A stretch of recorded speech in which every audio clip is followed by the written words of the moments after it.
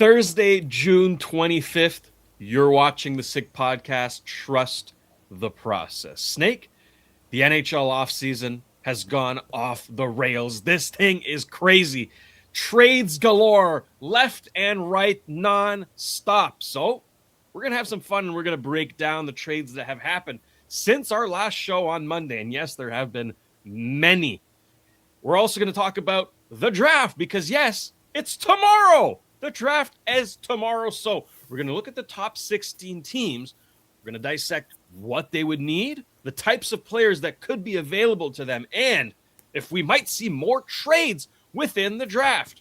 We're also going to talk about a huge commitment to Michigan and a whole lot more. It's going to be a great show, and it all starts right here, right now. Turn up your volume. Because you're about to listen to The Sick Podcast. Trust the process. The sickest NHL prospect podcast with Snake and Shayne. With the 5th overall selection in the 2024 NHL Draft, the Montreal Canadiens are proud to select Ivan Demidov. It's gonna be sick. That's right. Producer Shayne here, joined as always by my counterpart, Simon the Snake Boisvert. Snake, how are you feeling today? Very excited about the draft tomorrow, but also very excited about all the trades this week. All the trades. Mm-hmm. It's been a busier week than usual. And it seems that one trade leads to another. I think some teams are just getting assets and then they're using the same assets to get something else. So let's see if the dominoes keep falling tomorrow.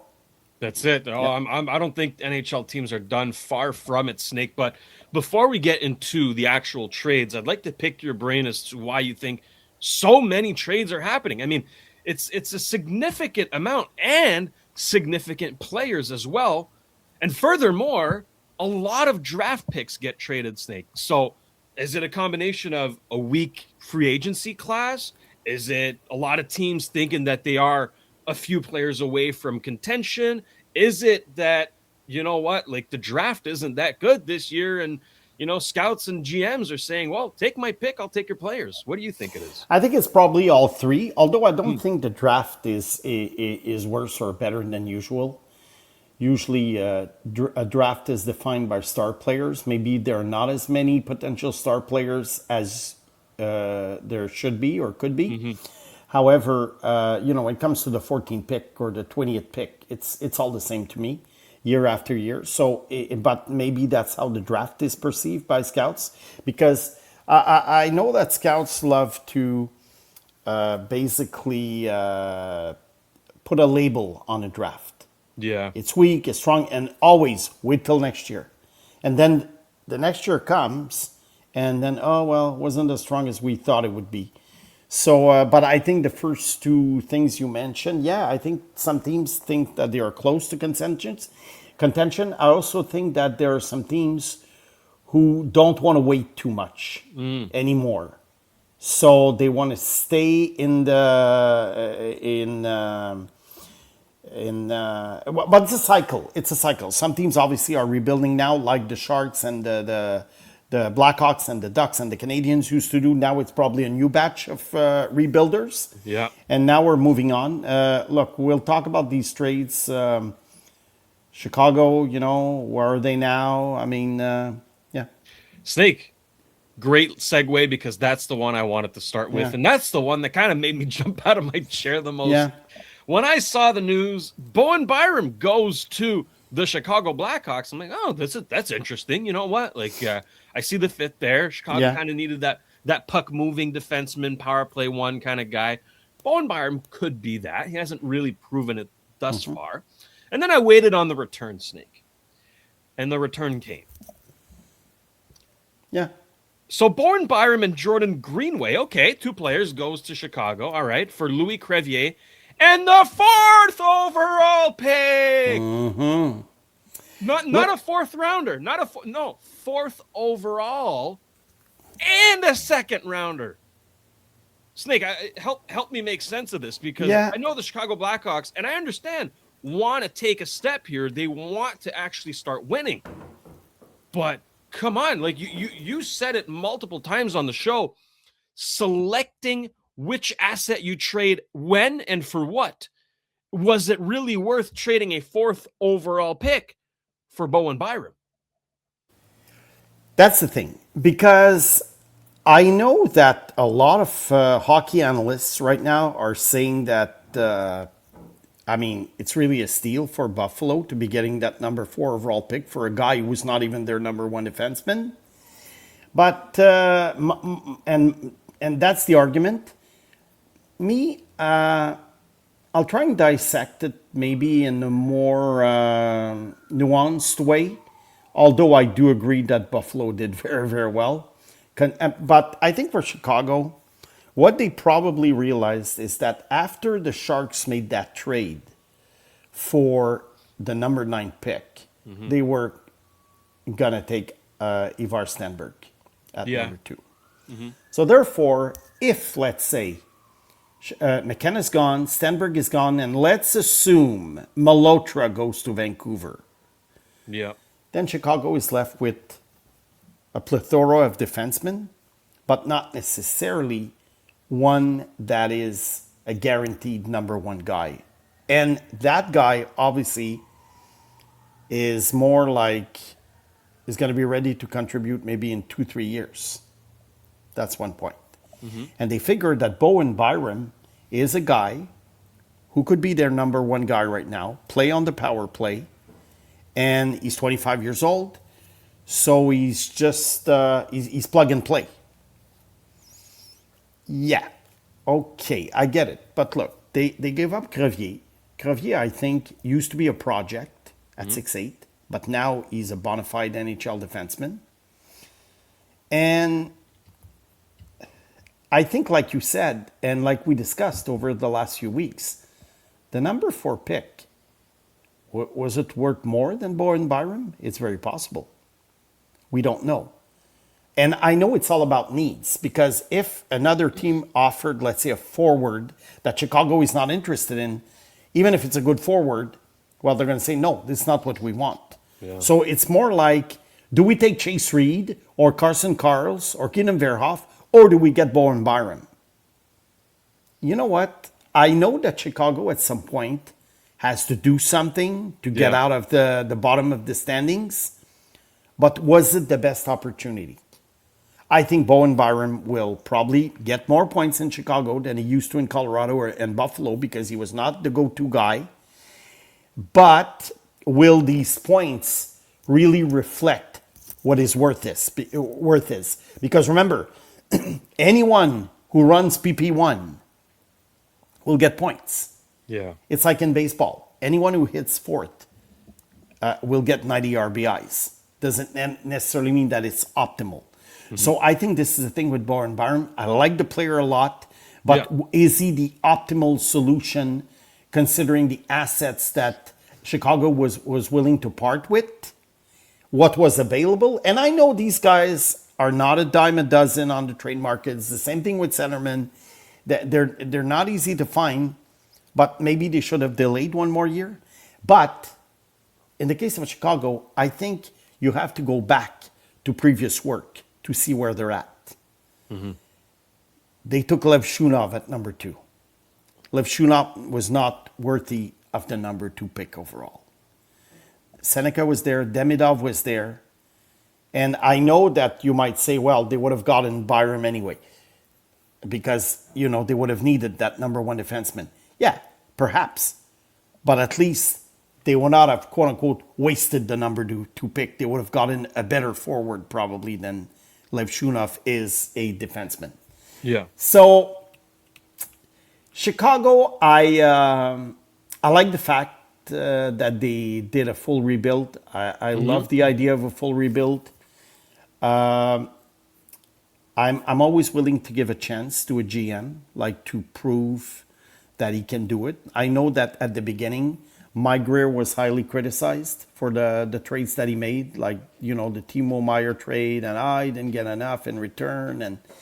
But then Mike Greer, so far, I mean, the last couple of years, it's been a masterclass of asset management. Kyle Davidson started off well, but it's always easier to sell than to buy. And right now, I'm a little bit concerned about the Hawks rebuild. It's not over yet. They might win the lottery next year, get Landon DuPont. We don't know. But as of now, I'm a little bit disappointed in what Davidson is doing, because honestly, I wanted to like that rebuild. Yeah. You know, I'm a fan of rebuilds. I want them to succeed. All of them. And because, you know, every cycle there's like 3-4 teams that are rebuilding. I want it to do well. I want like these teams to reach the Final Four and the Stanley Cup Finals, and because that's the way I like the way those teams are built usually. And I know there's more than one way to win the Stanley Cup. You don't have to tell me. Carolina didn't go through a full rebuild. They did it in a different way. Vegas, it was another situation with expansion. But I just happen to like full rebuilds. You know, it's like, you know, some people like horror films and some people like action films or romantic comedies. Me, I like full rebuilds. So I'm a little bit disappointed in what's happening in Chicago right now. Yeah, and look, to Chicago's defense, right? I know everybody's saying they don't have a first-round pick this year. They have 3 next year. Yeah. So they still have a lot of assets to work around. But Snake, I think one of the factors that makes me really dislike this trade for Chicago is the fact that Bowen Byram has 1 year left on his deal. I was going to say that. He is seeking upwards of $10 million a year for an unproven defenseman. Snake, I don't know about that. With a concussion history. But you're right, Shayne. I forgot to mention it. But if Byram gets 60 points, he's a $10 million guy, according to the market. Yeah. So maybe you get a guy who's ready-made. I mean, maybe you get a plug-and-play guy, but then 10 million. I know Chicago has lots of cap space, but you know what? At some point, it catches up to you, because they're going to have to pay the Frondels, the Bedards, and company. And it's also the fact that Byram is going to ask for probably 7 times 10, because it goes down from 8 to 10, starting in 8 to 7, starting in September, unless he signs an extension on July 1st. 8 times 10. That's a lot. That's a lot for a guy who I think is more suited to be a number 2 or number 3 on a very good team. And like I say, he'll get his points. So maybe he won't sign an extension. He'll wait to see how many points he scores. If he gets 70 points, he could ask for $11 million. Come on. Snake.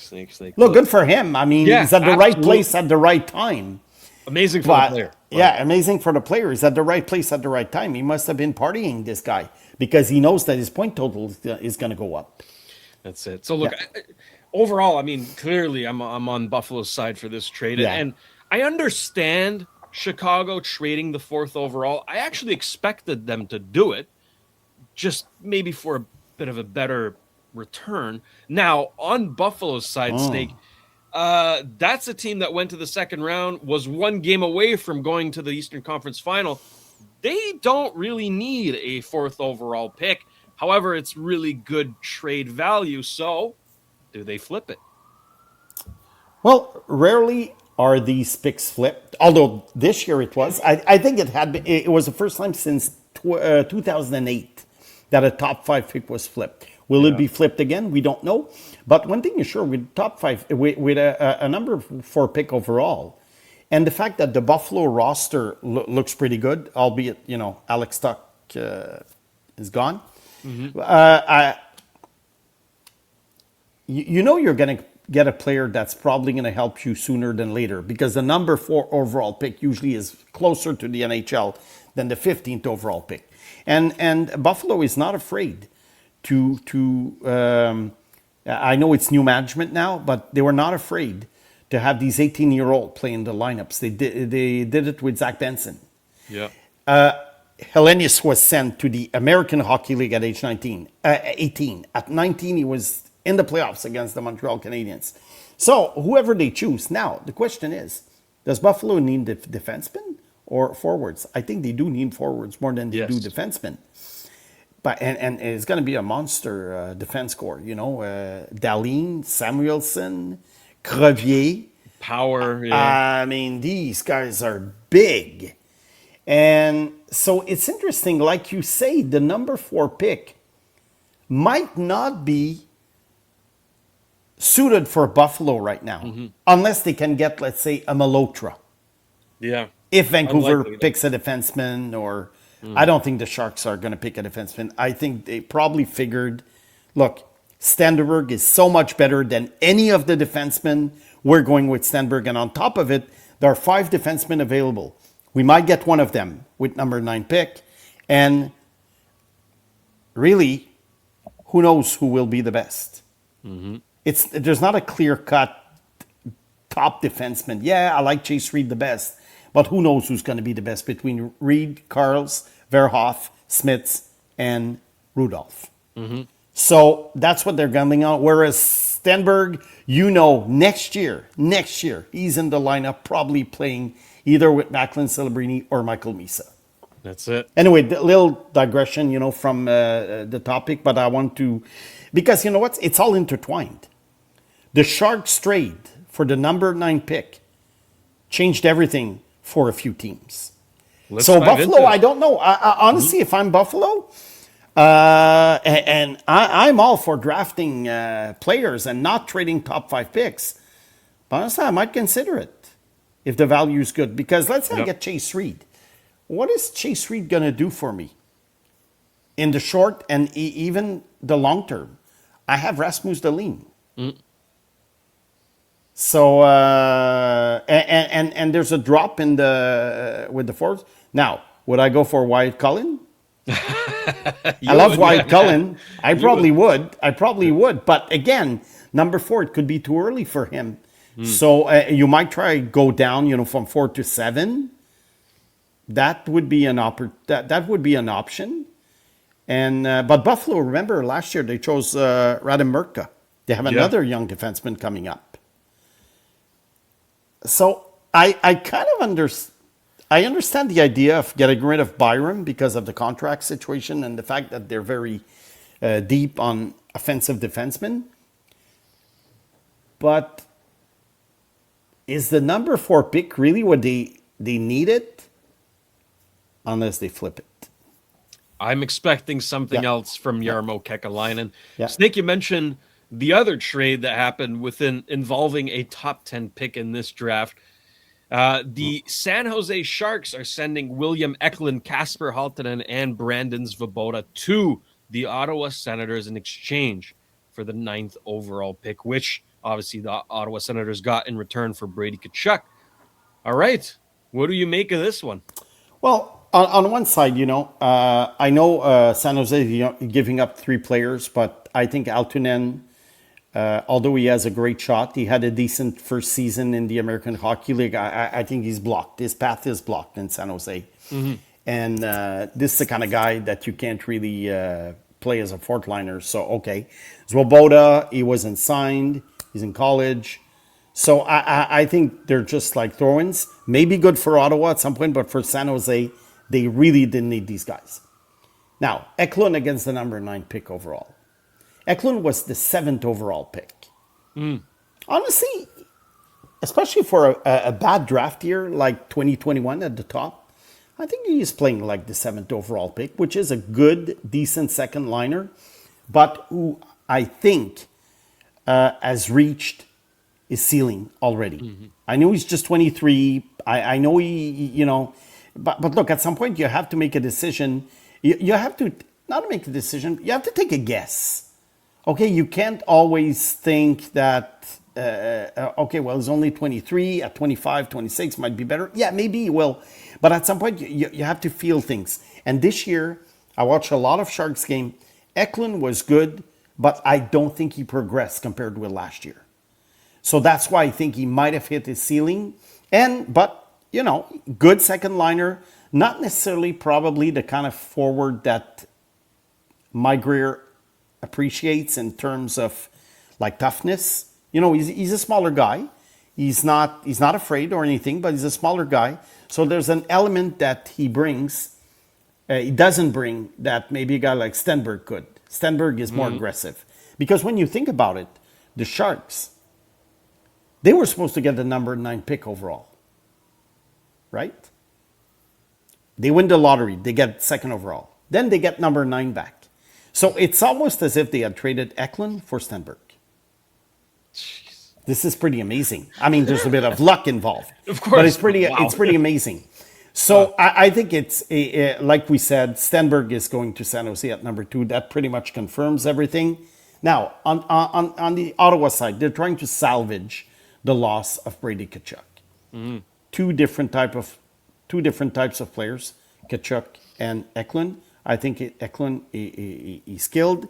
I think Ottawa fans will like him. You know, he works hard, but he has limitations. I think as a second liner, and which is good. But when they got the number 9 pick amongst other assets for Brady Tkachuk, I figured, I doubt they'll stay put because Ottawa is kind of I wouldn't say in a contention window, but let's just say they have entered a period where they make the playoffs. Mm-hmm. Mm-hmm. Stützle, Batterson, Sanderson are in their prime. So you can't really subtract now and say, well, let's do another rebuild. Doesn't make sense. Could they be a middle of the pack team forever? Yes. But that's the choice. Either you go full rebuild or you go middle of the pack and hope that one year, you get great performance by a goalie and then you go to the finals. That's probably what they're wishing for because they do have a good young core, but I think that core was not well, I would say, complemented by other players. So I do get what they're doing. The number 9 pick wasn't going to do it for them, but again, if not, the type of trade I would have made is conditional to Wyatt Cullen being still around. Because with the number 9 pick, you give me the choice between a 23-year-old Eklund or an 18-year-old Cullen, even for a team like Ottawa who's in a win-now mode. Give me Cullen because I think he could have an impact in the NHL very quickly, probably within 2 years. Maybe next year, but most likely at age 20. Wow. So, Snake, my question, again, I'll ask the same one that I did for Byram. Yeah. Did the Ottawa Senators get the most that they could have out of that 9th overall pick? Could they have gotten more in another trade, do you think? Oh, that's a tough one to answer. I think Chicago could have gotten more from the number 4 overall pick. I agree. Number 9 pick, look, you're getting a second liner for a number 1 pick. A second liner, who's going to get 50, 60 points. Well, that's the value of a number 9 pick. I love Wyatt Cullen, but I doubt he's going to be a 90-point player. So I think he's going to be better than Eklund, but I don't think he's going to be a 90-point player. So, it's kind of fair. Yeah. It's kind of fair, honestly. There's a big drop in value after the 1. Then after 3, then after 5. And then once you get to the number 9 pick, I don't have the list of all the number 9 picks overall in the last 25 years. But if you look at it, there's a lot of hit and miss. Mm-hmm. So there's no guarantee the Sharks are going to get, an impact player. Chances are good, but they're far from being 100%. So, yeah, I think Eklund, you get a 23-year-old guy, second liner, 60 points for the number 9 pick. I think for Ottawa, it's fair. There we go. Yep, I don't mind this trade at all. And obviously, I think we all expected Ottawa to trade that pick at some point. But who knows if it'll be the right move. I think Eklund fits well on that team. He'll be a nice compliment to Tim Stützle. So, Snake, Bowen Byram was a 4th overall pick. Yeah. William Eklund was a 7th overall pick. Yeah. And Simon Nemec was a 2nd overall pick, and he's gone to Calgary alongside Maxim Tsiplakov. Now, the New Jersey Devils do quite well in this trade, I find. They get Etienne Morin, but they also get a 2026 second-round pick, a 2027 and a 2028 first-round pick. Both are conditional. Snake, your initial thoughts on this one? Yeah, the condition, from what I understand, I think it's Colorado and Vegas, and I don't know if they're protected or not. This we would have to check. I'll look up to it. But one thing I want to go back, I want to pick up on something you said, Shayne. Yes. Bowen Byram was a number 4 pick. He's traded for the number 4 pick. Kind of interesting that the number 4 pick always seems more valuable before draft day than after a guy has been picked with the number 4 pick overall. Because when you think about it, that's what it is. Bowen Byram was a number 4 pick. You get the number 4 pick overall. That's fair. But it fluctuates, and that's why we should not overvalue draft picks before they are made. Because it's like a car. You buy a brand new car. Once you're out the dealership's garage, I think it loses, 25-30% of its value? Just by taking it out on the street. And I think it's the same thing with picks. Tomorrow, the number 4 pick, depending on who Buffalo or someone else chooses, might not be worth as much as today. Why? Because the player that was picked might not be attractive to all other 31 teams. Whereas today, the number 4 pick is attractive because a team might say, I'll pick my guy and he's going to be good. Once the pick is made, half the league might say, that's a reach. You see what I mean? Yeah. So Nemet's number 2 overall pick. I had him ranked number 4 during that season after Slavkovsky, Gauthier, and Cooley. So I'm a little bit disappointed because he doesn't have a great defensive game, and he's not necessarily a prime offensive defenseman. Now, in New Jersey, he was kind of blocked by Luke Hughes in that sense. Yeah. As the young go-to offensive defenseman, I think he was blocked. So that's probably why they traded him. Calgary is doing well in the sense that they are rebuilding. They're not hiding from it. They're accumulating draft picks, and those draft picks are being used now to get a very young player. Think about it. He's Slavkovsky's age. He's 22. Yeah. So you're giving away probably late first round picks unless something happens. I have the conditions. Yes. Here, What is the condition? if we want them. Yeah. The 2027 first round pick is the one that they got from Vegas.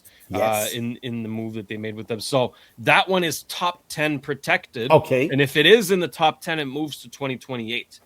Now, the 2028 first round pick is Colorado's, and this one is going to take a while, okay? So if Colorado's 2027 first, top 10 protected from the Nick Watt trade, goes to Toronto, New Jersey acquires a 2028 first round pick, top 10 protected, slides to 2029 if it's in the top 10. If the 2027 first round pick is top 10 and the 2028 first slides to Toronto, then New Jersey receives Colorado's 2029 first round pick unconditionally. This could be the key. What is Colorado going to look like in 3 years? Bingo. But, if they re-sign McCarr and he's healthy and McKinnon is still McKinnon, they're not going to bottom out. But it's kind of interesting.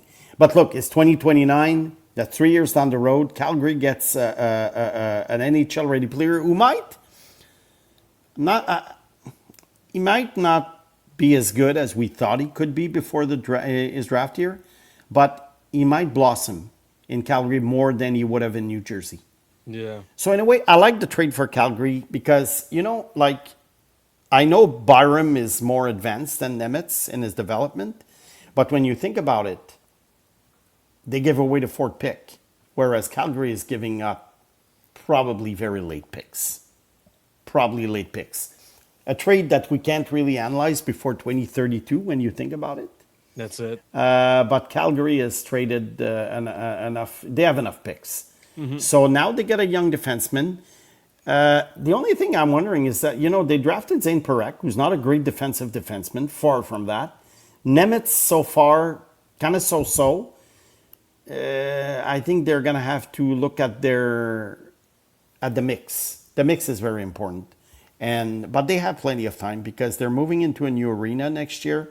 I think fans are going to be lenient, and they know that, they feel that the team might be going finally in the right direction and not just be the middle of the pack team that they have been for years and years and years. Calgary has not been relevant in many, many years when you think about it. No. You know, Ever since they had that first line of Elias Lindholm, Johnny Gaudreau, and Matthew Tkachuk, that's really when people were and even talking then, about it's not like they were reaching the finals either. No. So To your point, Snake, now about Calgary's draft picks. I know people were like, "Why is Calgary, a rebuilding team, trading away top draft picks?" Well, it's because they have 2 first-rounders in this year's draft. They have 3 second-rounders in this year's draft. They still have their first in next year's draft and their first in 2028. So really, and they have lots of prospects right now. They're not all going to make it, but they drafted a lot of talented players in the last couple of years. Exactly. And Calgary is drafting talent. They did what Carolina's has been doing the last 5-6 years. They just go for raw talent. Yeah. Not all of them are going to pan out, but I do like the strategy. I wasn't crazy about the Perek pick because at some point, but look, maybe Perek will become Evan Bouchard number 2. Evan Bouchard is terrible defensively, but he scores tons of points with McDavid on the power play. So that's why he's a multimillionaire.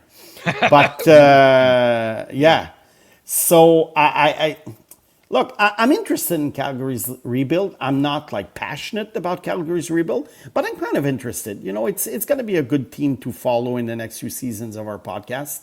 Yeah, and we'll see what happens. But are they going to draft like a go-to guy at some point? Are they going to get like a Landon DuPont or? So they're still missing that star. They're still missing that star. But again, might argue, Carolina didn't have that star. They won the cup. I do know all this. But in general, you like having 1 or 2 superstars on your team to have a good chance. But if you're the Edmonton Oilers and you don't surround them well, then you don't win. You don't win. They have McDavid and Draisaitl. They can't win with these guys. Anyway. Oilers are our topic for another day. Oh, we'll definitely dissect into that. But Snake, on New Jersey's side now, a lot of people are saying, well, hey, what do they need picks for? Like, this is a team that should be, acquiring right now assets instead of futures. But again, in the same vein as we talked about with Buffalo, they could very easily flip those picks for current assets. Yeah. Also, maybe they don't want to pay Nemitz also. Look, it's Luke Hughes crazy making now. what, $9 million? Yeah. What had he proven? I like Luke Hughes, really, but what had he proven? So Nemitz could easily say, well, I'm worth as much as Hughes at the same age. He hadn't proven anything. So maybe that they took it into consideration, the contract. And with a new GM, you never know what the modus operandi is. It's hard to tell because in the press conference, they'll never tell you anything. Of course not. Of course not. They can't. But you have to see what they do. And right now, it's like, okay, trading away a 22-year-old guy for late first-round picks.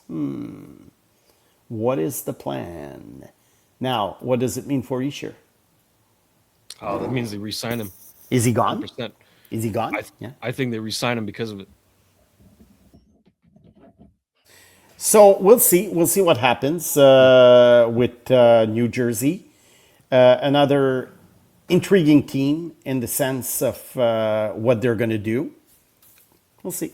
Yeah, absolutely. Well, Snake, another team in the Metro Division now that stayed busy this week are the Washington Capitals, and they kicked things off with this one. Jordan Kyrou is a member of the Capitals. In exchange, the St. Louis Blues receive Connor McMichael, Milton Gastrine, and the 16th overall pick in this year's draft.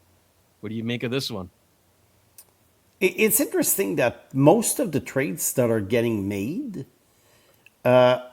involve, yes, future, prospects and future picks. But at the same time, these trades are not the type of trades like San Jose and Chicago used to do. The full rebuild type of trades. it always seems like the two teams are trying to get something either to use in another trade to improve their team or for the present. Obviously, Washington now is going all in. We're going to talk about Alex Tuch, I'm sure. That's probably in the next one. Jordan Kyrou. Okay, they're all in. Maybe Ovechkin is coming back for one final season. They want him to be surrounded. But in the case of Washington, I don't know what they're aiming for. I think they could be a good team. I think they could make the playoffs. It's pretty interesting with the acquisitions that they made. But are they really a cup contender? Mm-hmm. So what is the plan in Washington? But, they got that pick, the 16th overall pick from Anaheim for John Carlson. So when you think about it, it's pretty good. I mean, they flip a guy and they get the 16th overall pick. That was pretty interesting. Yeah. And Kyrou, he's good. He's talented. He's good. He's been on in trade rumors forever. Now he's finally gone. But he's been injured. I really don't know what to make. But Connor McMichael was not a bad player, really, when you think about it. No. And A good player. St. Louis, they are doing, look, I think they have, 4 first-round picks now. It'll be interesting to see if they trade any of them or if they just pick 4 players. New GM again. What's the philosophy? Yeah. Who knows? There's a new philosophy maybe in St. Louis. But they're not, how can I say? They're not bad enough to rebuild, but they can rebuild while being competitive. Yeah, St. Louis is in a very interesting position with tons of prospects and tons of picks. I think they can be good. They can be decent. I don't know if they're going to be a playoff team because the defense lacks. It's really getting older. Mm-hmm. Although they have Mailloux and Broberg, but the defense is getting older. But it's interesting because when you get 4 picks, you can go for home runs. You can have like a couple of safe picks that guys are going to play for your team, but you can also go for broke on certain guys. Think Ryan Rubeck, for instance. Yeah. Let's say Ryan Rubeck is available at the end of the first round. Well, if you have 4 picks, you take a flyer on him. If he hits, he's a great, probably top 6 player. If he doesn't and ends up in the American Hockey League, doesn't matter. You had 4 picks. Very interesting. I'm very intrigued by St. Louis's draft tomorrow. If they're going to keep the picks and who they're going to pick if they do keep the picks. Mm-hmm. Absolutely. Now, Washington was not done with Kyrou. They went in on the top free agent forward, and they actually did a sign and trade. So he traded David Kampf and a 3rd-round pick in 2027 in exchange for the rights to Alex Tuch. And then, Snake, they signed him to an 8-year deal. Let me remind everybody that Alex Tuch is 30 years old, carrying, I believe, $10.5 million per year AAV. So it's not really the trade that matters, more so the contract. But what do you make of Washington taking on Alex Tuch at that contract? Well, it's becoming popular now to trade away a top free agent, like Marner last year, Darren Radish recently. That's in order for it helps a team salvage something for a free agent. 3rd-round pick is not bad. And also, it allows the player to get an extra year in his contract. Because had he signed with Washington on July 1st, then it's a 7-year contract. Then becomes an 8-year contract. And teams like to add 1 year now, even though the contract might not age well, because it makes for an average annual value that is lower. Otherwise, maybe Tuch would have asked for 7 times 11.5 or 12. Now 8 times 12.5. I in the long term, I don't really like the contract, but you know what? 8 years is like a lifetime in the NHL. GM might not be there anymore, so they feel that they don't really care. I remember when David Clarkson signed that terrible contract with Toronto many years ago. Dave Nonis was the GM, and he said, "Look, I won't be there in 8 years." that was the pretty other honest. guy's problem. Yeah, that was, and he wasn't. I think he was fired after a year or two. So for Buffalo, they didn't want to pay him. I do understand. They have other players that they know they're going to have to pay quite a bit in the next few years. They also have big contracts right now. They couldn't really trade him at the trade deadline because, they were in first place in the Atlantic Division.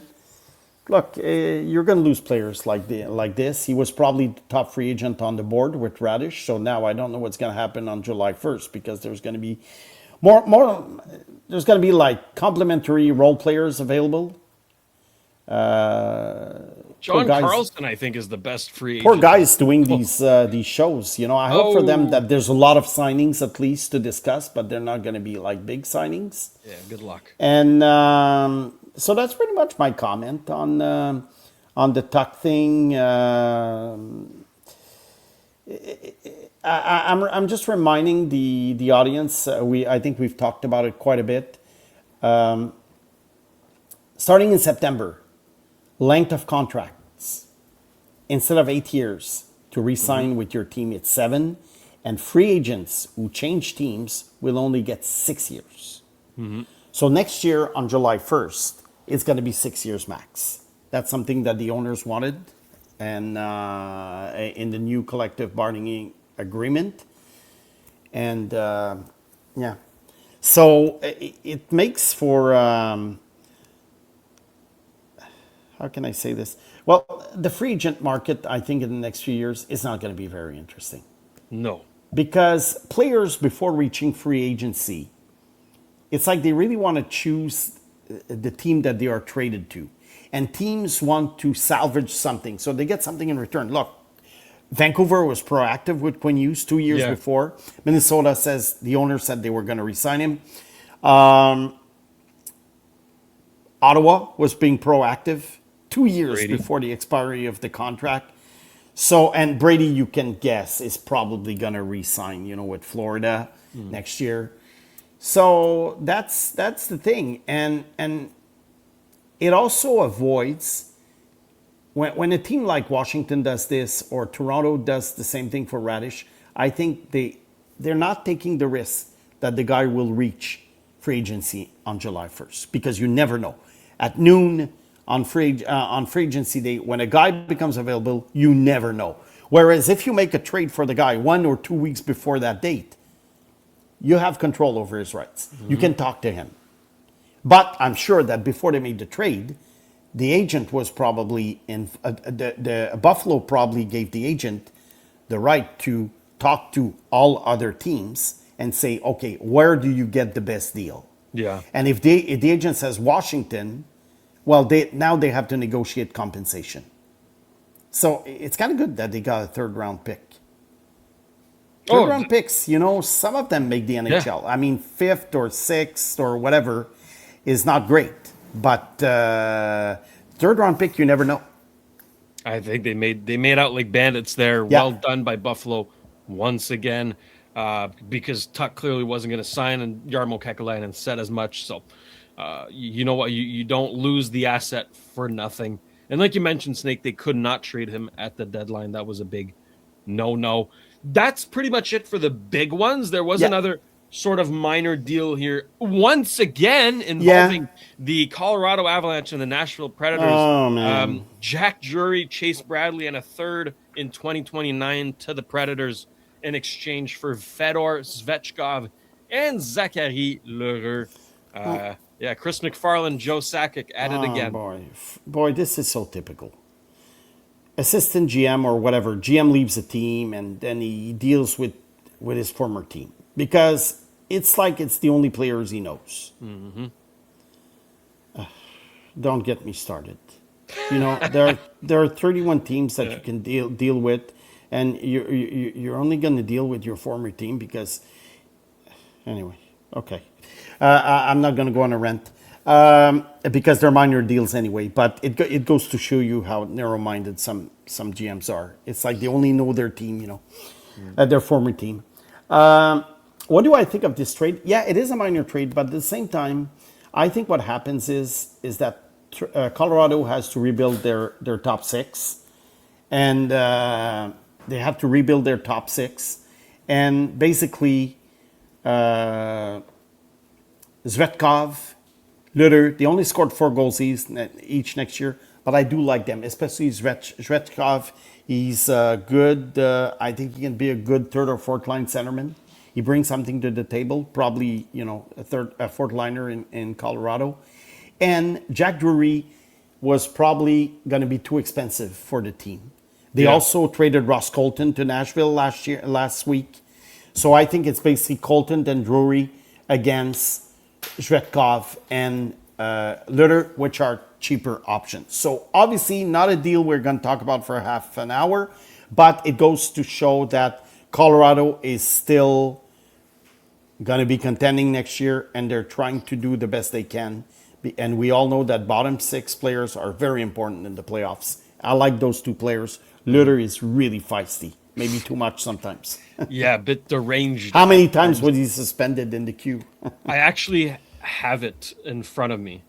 Okay, so in the queue, he had misconduct 3 games, high sticking 3 games, another misconduct 2 games, a fighting suspension for 4 games, high sticking 4 games, another high sticking for 6 games, aggressor for 1 game, a premeditated fight for 3 games, and an altercation with a fan for 10 games. Yeah. In the AHL, he had a sucker punch for 2 games, a fight for 1 game, and in the NHL, he had a slew foot suspension for 3 games. So not exactly a clean record.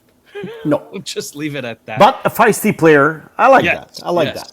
Yeah. And talented, like that's something that's kind of lost in translation. Yes. This guy can play. He can play. So, it's a very interesting deal. And Snake, you mentioned, bottom 6 players. Obviously, Garnet Hathaway gets traded from Philadelphia to Florida in exchange for picks. Minor deal there again. But as we are recording, Elliot Friedman tells us that Hendrix Lapierre is headed to Pittsburgh. Oh, Hendrix Lapierre to Pittsburgh. Okay. Picks. So this guy plays with Ovechkin and Crosby to start his career. How about that? Hendrix Lapierre. A guy who I thought was going to be a good third liner in the NHL in his draft year. He became a fourth liner. So I would say a tad disappointing, but he was picked, 22nd overall. So makes sense. Again, minor deal, but interesting nonetheless. I think Pittsburgh, you see the tendency with Kyle Dubas in the last year or so. They're just trying to get all these former highly regarded guys who didn't really pan out, hoping that they will.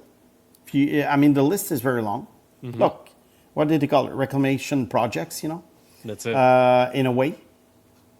Washington, they got Tuch, they got Kyrou. So they, 2 roster spots were needed. They trade Lapierre. So, good luck to him in Pittsburgh. Maybe he'll get a chance to play on the third line eventually. But it's been a while. I mean, when was he drafted? 6 years ago? I think. I believe he was 21. Yeah, 20, I think even maybe 2020. Anyway, whatever. He's like almost 25 years old. So we'll see. There you go. That's it for now for trades. But Snake, before we move along, I'd like to circle back and kind of link this to the Montreal Canadiens, because I know a lot of our viewers are Habs fans and they want to hear about the Habs, even though the Habs haven't done squat so far. Nothing. But with the prices you have to pay for players, I don't blame them. So this is where I was going, right? Yeah. Did the Habs, do you think, did they miss the boat on any player? Like, are there any deals that you've seen so far that you're like, the Habs should have been in on this? Well, I like Connor Murphy, but he re-signed with Edmonton, so that's not a deal really. Of all the deals, well, certainly not Alex Tuch. Jordan Kyrou maybe, but again, it was kind of a steep price, and the Habs didn't have the 16th overall pick. Last year they did, but not this year. So it's kind of a steep price. No, so I don't think Bowen Byram. No, I mean anyway, the Habs didn't have what was required. William Eklund either. I mean, I don't think there was a fit really. Wait, is there anyone you can think of? Maybe I'm just forgetting all these deals because there were like a million of them. But is there anyone that you felt like, oh darn, the Habs should have gotten this guy, or they should have matched that offer? I think the returns were very, very good for those teams, and I'm not sure. No, and no, I'm with you there. Maybe some people would have liked Simon Nemec, but I didn't see the fit in Montreal, even though he's a right shot guy. Yeah. Not exactly what they're needing right now. A lot of Habs fans wanted Jordan Kyrou, but the Habs didn't have the assets that Washington had to give. So, Yes. no, I don't think that they really missed the boat on anything. I guess we can kind of bring down the temperature in Montreal in a sense. I know a lot of people are up in arms and saying, Kent, you got to get active. Look at all the other teams. He's going to get active. Don't worry I think about it's going to He happen. will. I think it's going to happen. He does. Every summer he does. But you have to have the right opportunities. There you go. And all these guys were not necessarily a fit, nor did the Habs have the assets, the kind of assets that were required. Or simply, I mean, they don't want to give up all these assets. Kent is a good asset Because manager. He understands remember it. something. When a player is traded, maybe there was something wrong with the player. So why did why did the Blues trade Jordan Kyrou when you think about it? Mm-hmm. Okay, Brady Tkachuk, we know what it was. He was leaving. There's always a reason. So that's why homegrown players are the best. Or I think trades have to focus basically on the supporting cast. But your core has to be homegrown. Then the supporting cast, it's fine to make trades because you always find, or free agents, because you always find little gems here and there. There you go. Pierre LeBrun confirms Hendrick Lapierre to Pittsburgh in exchange for a 2027 third and a 2028 fifth. So Okay. Fair Lapierre trade. for picks. All right, we're Fair going to trade. talk about the draft now. We're Yes. an hour in and we haven't talked about the draft, which is tomorrow. But before we get into the draft, Snake, a quick word from our partners, Cheapest T-shirts. Stop overpaying. Buying t-shirts, hoodies, or blank apparel? Same brands, same products. Lower prices. No minimums. Buy one or 1,000, same price. Fast Canada shipping. Multiple warehouses. Stop overpaying. Visit cheapesttshirts.ca. And we thank Cheapest T-shirts for their partnership. We also thank Betway for their partnership, where you can get a deposit matchup bonus up to $300 on your first deposit. You can scan the QR code on the screen or click on the link in the details section to create an account and redeem your welcome offer. The offer is only available for new customers. Terms and conditions apply. The offer is not available in Ontario. You must be 18 years or older. Please play responsibly. With that, Snake, the draft is tomorrow. So, obviously, with all the trades that have happened, we knew we wouldn't have time for a whole mock draft. Instead, what we're going to do is we're going to look at the top 16, as it is at the time of a recording, right? Yeah. That could always change, but we're going to look at the top 16 teams here, and we're going to try to determine, rapid fire, what they're missing, what they need, what type of player are going to be available in that spot, and whether or not the team could trade the pick. So let's start at number 1 here. Is this a pretty easy decision for the Toronto Maple Leafs? Well, easy decision. I mean, Stenberg could be a pretty good darn player for him, but I think they're going to go with Gavin McKenna because probably of his reputation and mainly his upside. I've said it like for weeks now. You're damned if you do, you're damned if you don't. So I think they're going to go for McKenna. Mm-hmm. There we go. Not trading that pick. And clearly they need a player like McKenna, losing Mitch Marner last season. Number 2 is where it gets interesting. The San Jose Sharks. Who knows if they'll actually keep the pick? We know Mike Greer is a bit of a, he likes the splash. He likes the fireworks. He might actually trade the pick. But odds are, Snake, they will make a selection. And with what we discussed with William Eklund trade, Most likely going to be Ivar Stenberg, right? I think Stenberg is the man. There we go. Yes. Vancouver Canucks. The coach, Manny Malhotra, will they take the Sun? I think they will. There you I think they will. Who knows how long the father will be coaching? I don't think it's going to be a problem if the father gets fired one day. Those two, I mean, they know hockey. They know what kind of business it is. So I think they will go with the Sun. They need the centerman. He's and you know, it's a guy. It's a team that has been a little bit in shambles in the last few years in terms of like the culture. And I think Malhotra has fantastic work ethic. Yep. And he might not be the top offensive player available at that point. There might be other guys who might be more successful, but he plays a very mature 200-foot game. I think Vancouver goes with Malhotra. I doubt they will go for a defenseman. You never know. Again, I mean, that's why I'm not a big fan of mock drafts, but it's good to speculate about who they could take, but just zeroing on one player, I mean, it's like March Madness bracket. That's it. Yeah. I mean, one pick could shamble the rest. Yeah, exactly. But I think it's going to be Malhotra. I agree with you there. The number 4, obviously the Buffalo Sabres. We discussed this already, but once again, I think the odds are could be traded. However, if it's not Snake, what type of needs do they have, and which players do you think they look at? Well, I think ideally they would probably like to have a forward, and that's where I think that there could be a little bit of a reach or a surprise over there. Do they really need another young defenseman? Not so sure. And who's the best player available in their book? Do you think, although he's on the smaller side, do you think they could go for a guy like Viggo Bjork? I could see that. Because Viggo Bjork is kind of a home run at number 4, if you think about it.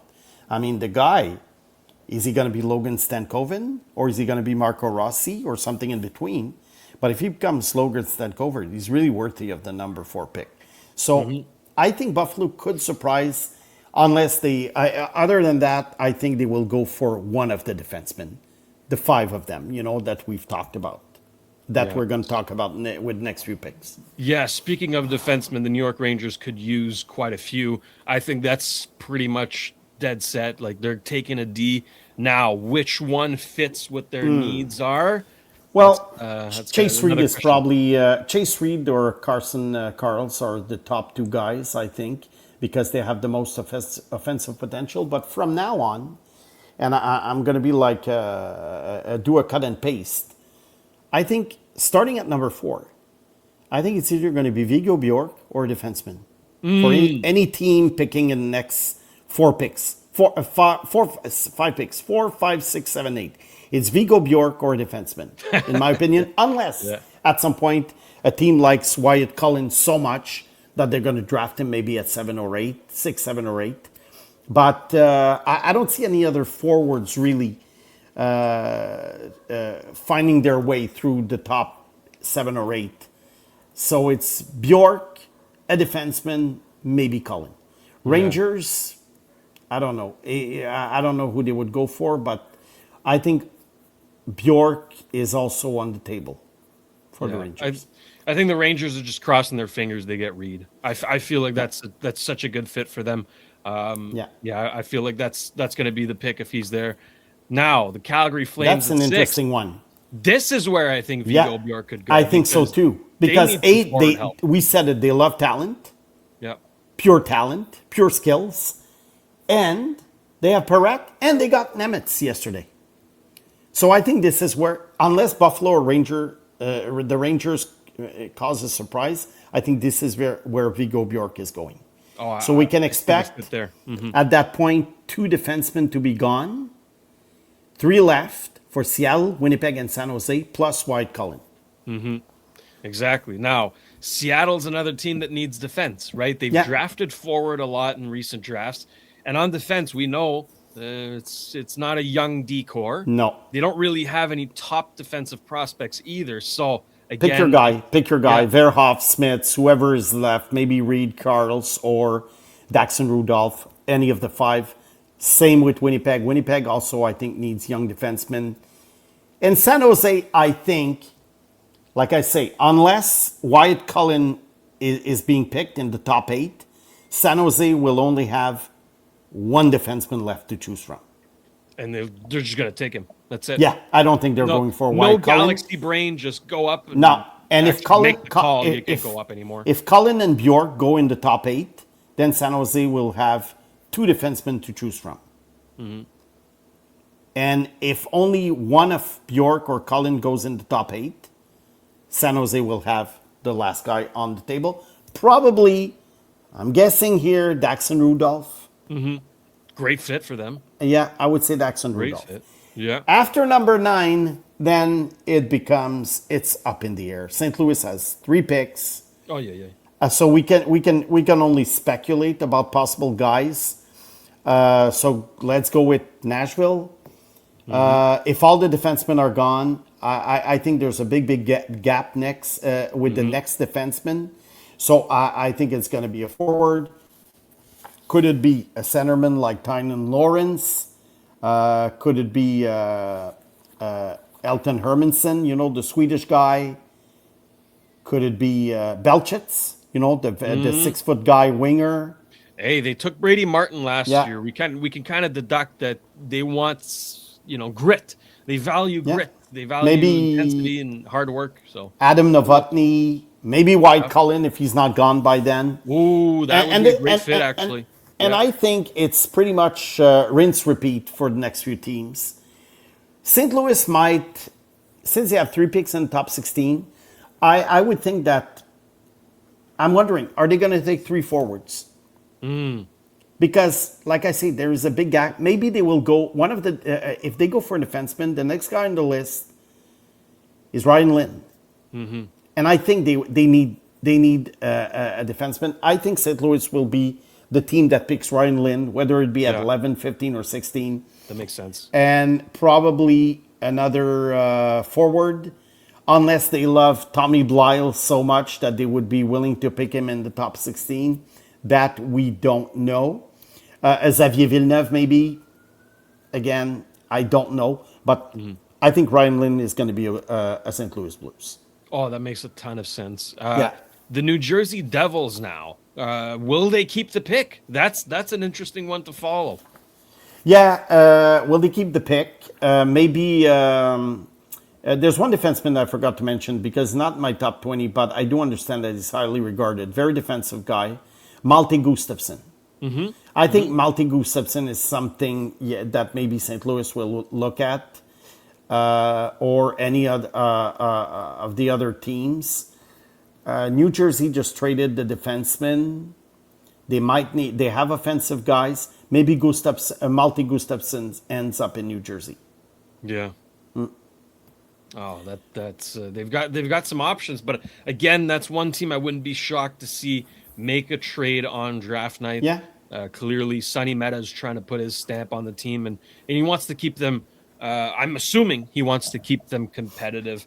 The New York Islanders, how are they going to follow up Matthew Schaefer here? Look, maybe Tynan Lawrence at center, maybe Ethan Belchitz, maybe Novotny, Nikita They go forward, though, right? I think they will go forward. There's lots of forwards that are going to go.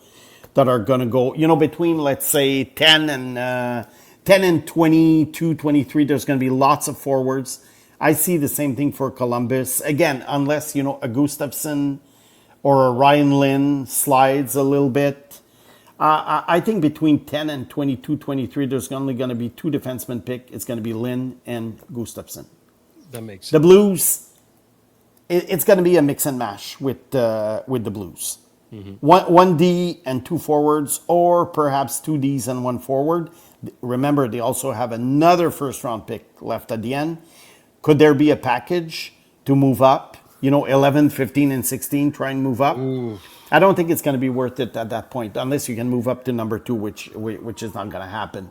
But I wouldn't move like 11, 15, and 16 to move up to 6, for instance, because I think they can get, they can throw 3 darts. It's 3 darts, really, that you can throw. And, there's some good forwards out there. I mean, Belchitz or a Lawrence or a Cullen, a Novotny. I think there's some very decent players out there, mostly second liners, but that's normal. That's normal. Not when you get to 11, to 14, 16, your expectations can be that high. I mean, Suzuki was picked 13th, but some players will outperform the where they are selected, but it's not.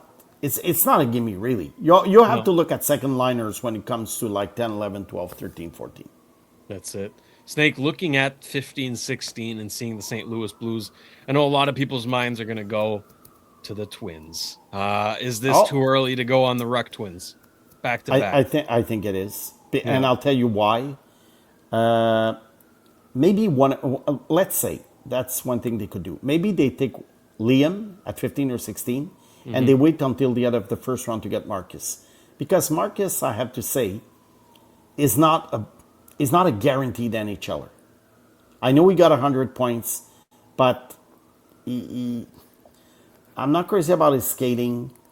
He's not a guaranteed guy. And 15, 16, you want to get a guy who's going to play. But if they pick him like later in the first round, so maybe Liam at 15 or 16, and then Marcus at the end of the first round. That's a good point, Shayne. They're a bit of a package deal, right? And that's something that's going to be really interesting to follow along tomorrow and into Saturday as well. Potentially, if one of them slips to the second round, is if a team goes and picks Liam, like you say, are other teams gonna just back off of Marcus and let the team that picked Liam take Marcus because they're kind of a package deal, right? Or could a team actually pick up Marcus and say, "I'll trade him to you," or let me trade for Liam? There's going to be a whole lot of mixing and matching there. It's going to be very interesting. I mean, going back 27 years, I mean, this is what happened with the Sedins. I mean, some teams had to be very cooperative to let Vancouver get those two. But the difference is those two guys went 2 and 3. Yeah. And they probably could have gone 1 and 2. Had they been... Well, of course. Had they not been twins. Had they not been twins. Yeah, they should have gone 1 and 2. I think they would have gone 1 and 2 had they been like one is Sedin and the other one is Johnson, But they were twins. Twins very often have been playing together since childhood. They want to keep playing together. The thing with the Ruck Twins is that sometimes fans might feel that, they're holding teams hostage in the sense that we want to play together or because the Sedins kind of said that. Mm-hmm. The thing with the Ruck Twins, they're not superstars. No. So they can't really pick and choose. But there's also one thing to be said about twins, because we don't have many, not a lot of twins have played in the NHL, in the history of the league. So the idea is that if twins don't play on the same team, they're not going to be as good. Yeah. So a team might say, okay, well, we'll take Marcus. Yeah, but what if he doesn't play with Liam? So that's why they might let the team that picks Liam take Marcus. Because trading him, and going back to your question about getting him and trading him, what are they going to get in return? I mean, is the value that high to pull that kind of stunt? But there might be, maybe St. Louis might try to move up. Let's say we're saying St. Louis because they have so many picks. It could be another team. Mm-hmm. It's an interesting dilemma. Personally, the Ruck Twins in the top half of the first round, I'm not interested. Yeah. If they fall on my lap, let's say at 27 and 34. Maybe, depending on who's left on my board. Maybe. How funny would it be if it was the Vancouver Canucks, eh? The Twins picked the Twins. Anyways, so many great storylines heading into tomorrow. It's going to be fun. We're going to have lots of fun discussing all this on Monday. God. Maybe more trades, but especially we'll do a recap of the draft and all the Habs draft picks. Because you know what? They have draft picks. Oh, yeah. And... so Monday's show might actually be 3 hours long because we're also going to preview free agency. Now, a weaker free agency class, but nonetheless, there are free agents to discuss. So we'll be doing that. It's hard to speculate about free agents because that day is always full of surprises. Oh, this team signed this guy. Oh, they gave him 5 years. Oh my God. So free I agency. still have some names to discuss. Don't Okay, worry we'll about it. I discuss got some you names. That's going to be let's discuss some names. But a full recap of the draft is going to be fun. I'm looking forward to tomorrow night and Saturday. Yep. And look, I think the Habs will keep the pick unless it's part of a blockbuster deal. I don't see the Habs trading the 28 pick for a third liner because this is what it's worth when you think about it. Yeah. This is what it's worth. A 28 pick overall is not like the 9 pick overall. And look, the 9 pick overall got you William Eklund. Okay? Imagine what the 28 pick gets you. Not very far. We're mostly, we're mostly talking about bottom 6 players. I don't think the Habs are going to do that unless they get a great opportunity and the guy is young. I don't see the Habs trading the 28 pick overall for a 30-year-old bottom 6 player. It's not the pattern that we've seen over the last few years from Kent Hughes. Maybe I'll eat my words on Monday, and then you and the listeners can remind me that I said that. But you know what? I like trying to guess things. I like having opinions. And if I'm wrong, I'm wrong. I mean, I'll be the first one to admit it. No, it's interesting. And look, I was going to ask you, because this is our last show before draft night and the weekend, what your prediction was going to be for the Habs, whether they keep the pick or trade it, if they make any blockbuster moves. But well, I told you, I think they keep it. Yeah. I think they keep it. If they don't keep it, it's going to be part of a bigger trade, but not a 28 overall pick against a third or fourth liner. It doesn't make sense. It's going to be in a package for sure. Yeah. It's going to be in a package. But Kent Hughes as, the munitions. He has the assets to move around and do something. And those who think that he hasn't done anything, look, I'm sure. He's working. I'm sure he's been very busy. He's working hard. He's just not sitting on his lazy boy. I think he's been very busy. They've all been busy. I mean, I remember one year in junior hockey. Our GM didn't do anything, and fans of the team, were going on Facebook, saying, you guys have been just sleeping on." No, it's just because there's no deals to be made. Yeah. Well, didn't I tell you? Before our draft in Junior A that we had? I think I did. I talked about it on Trust the Process. You that made we had one so trade. many, one trade only, and there were 10, 12, 13 discussions maybe. But look, some teams don't budge. You want something, they don't want to give it to you, or there's no fit. Sometimes you look at someone's roster and you're thinking, yeah, I want to make a deal. Okay, let's make a deal. Anyone you want? No. Okay, bye. That's it. So look, we'll we'll wait and see, but we will be back on Monday to discuss it all. And Snake, a last bit of news that came out from John Chayka, who said they've decided who they're picking number 1, and they are picking at 1. They've considered trade inquiries. That's what he said. But they decided to hold on to the pick and make the pick. So I think we all can assume who that pick is, but you never know. You know That's what? the beauty with the draft. You know what I would be very intrigued to know, and maybe insiders can tell us in 5 years or 10 years or 15 years. Sometimes we get these stories. What were the offers?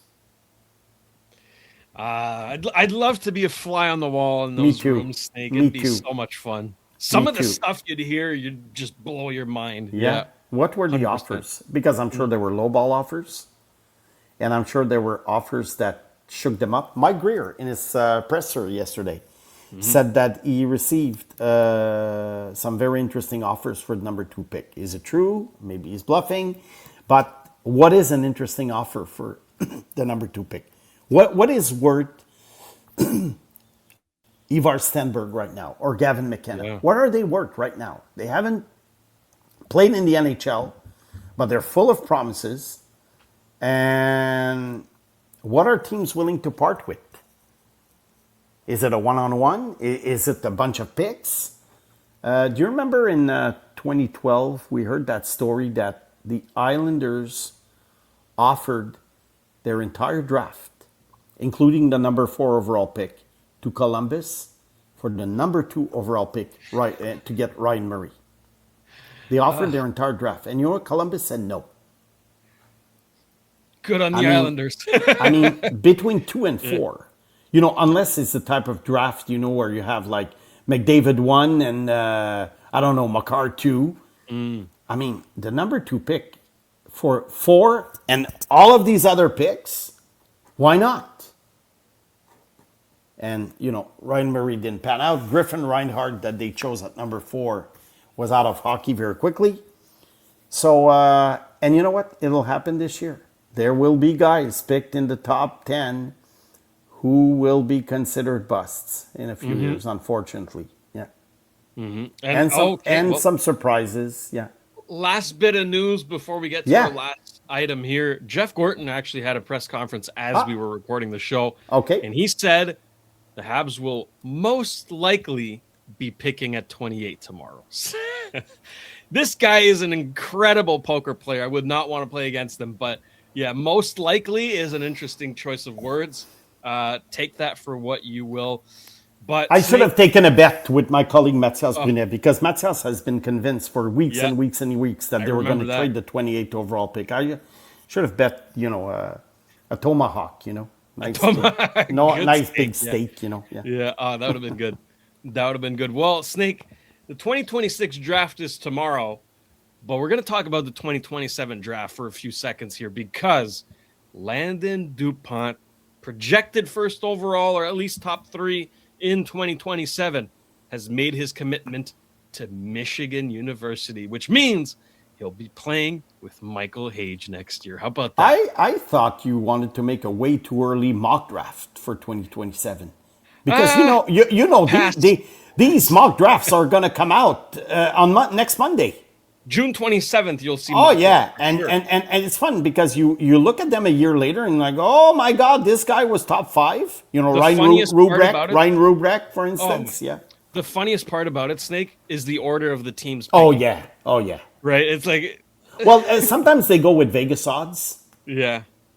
You know, but Fair anyway. But Landon DuPont, going to Michigan. Great choice.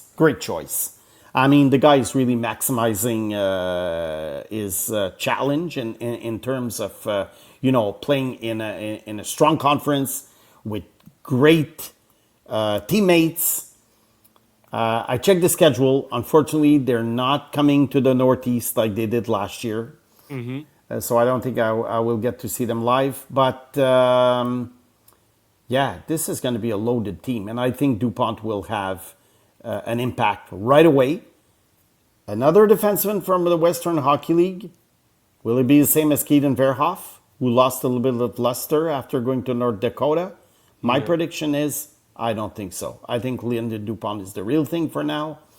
But very, very good. I probably got $1 million in, you know, this newfound...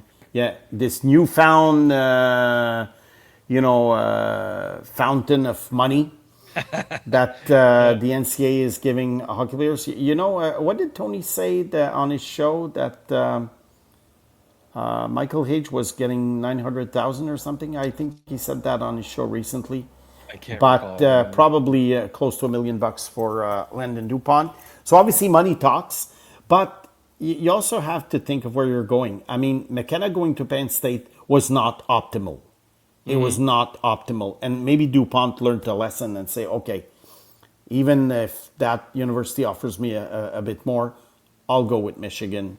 Let's join. If you can beat them, join them. You know, this is going to be a juggernaut next year. Michael Hage, probably a very strong candidate for the Hobey Baker Trophy in his 3rd season. Of course. Michigan, a very, very, probably the odds-on favorite to win the title. But as we know with the Final Four, the Frozen Four, it's only one game.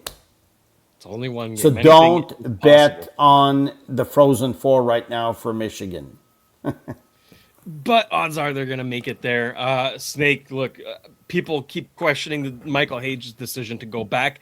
I think looking at the roster that Michigan's going to have, considering the amount of money he's going to be making, the role that he's going to be put into in Michigan, the comfort level as well, just everything adds up to, we probably made the right decision here. because odds are he would be playing in Laval. Yeah. Laval currently doesn't have a coach For much less money. Yeah. Now he's getting entry-level contract money. Mm-hmm. And a better chance of making the team right off the bat next season in Montreal. Exactly. Or at the end of this season. So yeah, at the end of this season, but especially for next year. Yeah. It's the travel in the AHL, right? You're playing against grown men. It's a lot more physical. I completely understand Michael Hage's decision, and it's further cemented by Landon DuPont's commitment and many others, by the way, right? This is just the headliner, but there are many other players joining Michigan. Wow, what a team. Look, if I'm the Habs, I would have preferred him to sign, and I'm sure they did prefer him to sign, but I don't think it's going to affect his future. I mean, Jimmy Snuggerud played a third season. He was a great rookie this year. It's not going to change anything when Hage is 25 because it's still good caliber hockey.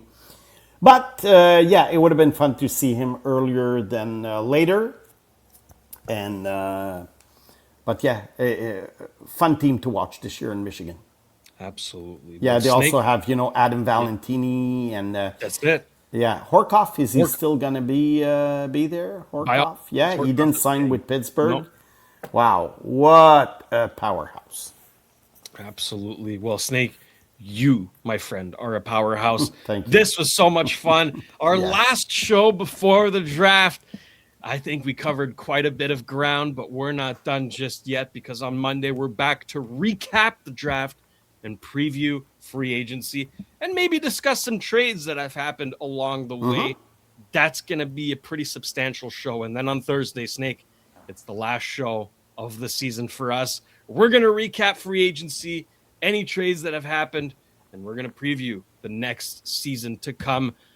So 2 more shows to go before summertime. Thank you all for tuning in. Thank you to producer Jimmy, Simon the Snake Boisvert, producer Shayne.